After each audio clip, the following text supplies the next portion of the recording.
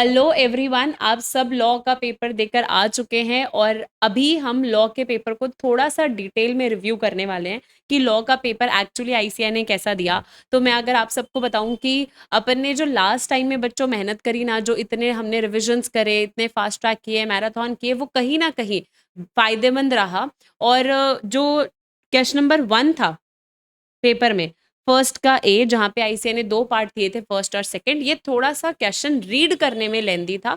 तो अगर आपने सबसे पहले इसी क्वेश्चन को रीड कर लिया होगा तो आपका काफी टाइम जो है वो रीडिंग में चला गया होगा। पर क्वेश्चन जो था वो बहुत टफ नहीं था फर्स्ट का, ये आप इजीली इसको मैनेज कर सकते थे। तो ये 7 मार्क्स का आईसीआई ने क्वेश्चन पूछा था इंडियन कॉन्ट्रैक्ट एक्ट से। फर्स्ट का बी, आईसीआई ने बहुत ईजी क्वेश्चन पूछा, फीचर्स ऑफ कंपनी, और अगर कंपनी में कॉमन सील नहीं है तो कौन साइन करता है, ये बच्चे को अच्छे से आता है, वो पढ़ के जाता है।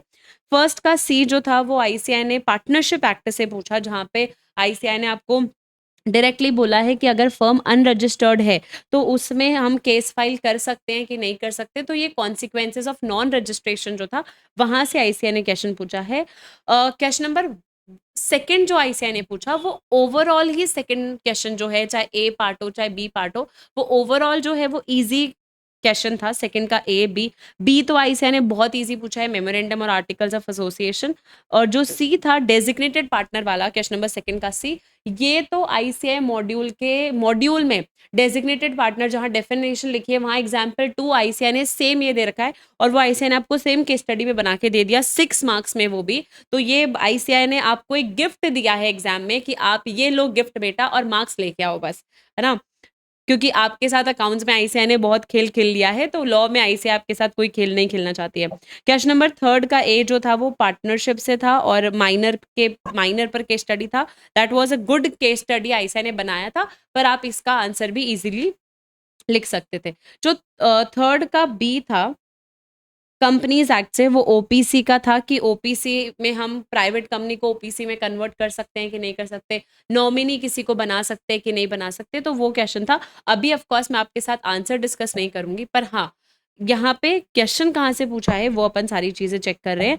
ये जो सी पार्ट है, ये इंडियन कॉन्ट्रैक्ट एक्ट में से आईसीआई ने पूछा है। और अगेन मैं बोलूंगी कि ये भी क्वेश्चन आईसीआई ने इंडियन कॉन्ट्रैक्ट एक्ट का आईसीआई मॉड्यूल में को श्योरिटीज वाला जो टॉपिक है, राइट अगेंस्ट को श्योरिटी, वहां पर आईसीआई ने ऐसे 3 एग्जाम्पल्स बना के दे रखे हैं, और उसी एग्जाम्पल में से आईसीआई ने आपको यहाँ पे केस स्टडी पूछ लिया है कॉन्ट्रैक्ट ऑफ गारंटी में, है ना। तो ये वहीं से आईसीआई ने क्वेश्चन पूछा है और इजी मैनेजेबल क्वेश्चन था ये। फोर्थ का ए जो था वो इन्विटेशन टू ऑफर यूनिट 1 से आईसीआई ने पूछा है। यूनिट 2 जो सोशल अग्रीमेंट्स होते हैं, बाल्फर वर्सेस बाल्फर वाला, वो आईसीआई ने क्वेश्चन पूछा है। और बाकी फोर्थ भी इजी क्वेश्चन था। क्वेश्चन नंबर 5 जो आईसीआई ने पूछा, मैं इसको थोड़ा सा ट्रिकी क्वेश्चन बोलूंगी, क्योंकि पूरे पेपर को अगर देखा जाए तो क्वेश्चन नंबर 1 to 6 में जो क्वेश्चन नंबर 5 था वो थोड़ा सा ट्रिकी था। उसके भी सारे पार्ट ट्रिकी नहीं थे, उसके जो फिफ्थ का ए और बी है वो थोड़ा सा ट्रिकी है। सी वॉज गुड, मतलब इसमें सारे केस स्टडीज टाइप आपको दे रखे हैं, तो अच्छा क्वेश्चन आईसीआई ने क्वेश्चन नंबर 5 में आपको बना के दिया है। Question number 6 again overall easy था। तो मैं अगर इस पूरे पेपर को रैंकिंग दूं तो it was an easy paper, but थोड़ा सा लेंदी, बहुत लेंदी नहीं, बट थोड़ा सा लेंदी पेपर आईसीआई ने आपको ये दिया है। और देखो, इतना तो आईसीआई का बनता है ना कि आप अगर सीए फाउंडेशन का एग्जाम दे रहे हो तो आईसीआई आपको इतना तो लेवल देगी। और क्वेश्चन नंबर 1 to 6 में आई कैन से कि क्वेश्चन नंबर 5 जो था वो थोड़ा सा ट्रिकी था, और क्वेश्चन नंबर फर्स्ट का एक पार्ट जो है वो थोड़ा सा आईसीआई ने आपको ट्रिकी दिया। बाकी ओवरऑल पेपर जो था वो ईजी था। अगर आप अच्छे से पढ़ के गए हो तो आपको ये पता है कि आपका पेपर जो था वो from first minute to last minute control में था। और एक चीज मैं आपको और बोलूंगी कि हमने जो लास्ट टाइम पे बच्चों मेहनत करी थी ना, उसमें से मैंने आपको जो लास्ट में 50 मोस्ट इंपॉर्टेंट सेक्शंस लिख के दिए थे, जो मैंने आपको बोला था 50 सेक्शंस ऐसे हैं जो आपको स्पेसिफिकली ध्यान रखने हैं, उसमें से 63 मार्क्स का आपको इस पेपर में देखने को मिलेगा। 63 मार्क्स का मोस्ट एक्सपेक्टेड क्वेश्चंस में से आया है।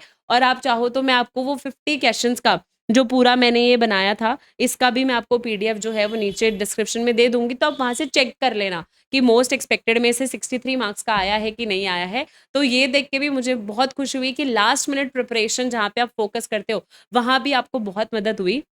और अब मैं आपको यही बोलूंगी कि अब आप और टाइम वेस्ट मत करो, अब आप डायरेक्टली मूव करो मैथ्स के पेपर पे। और मैथ्स में स्टैट्स में आप एलआर में जितनी आप मेहनत कर सकते हो उतनी मेहनत करो। अकाउंट्स का पेपर भूल जाओ, अब लॉ के पेपर में क्या हुआ वो भी भूल जाओ।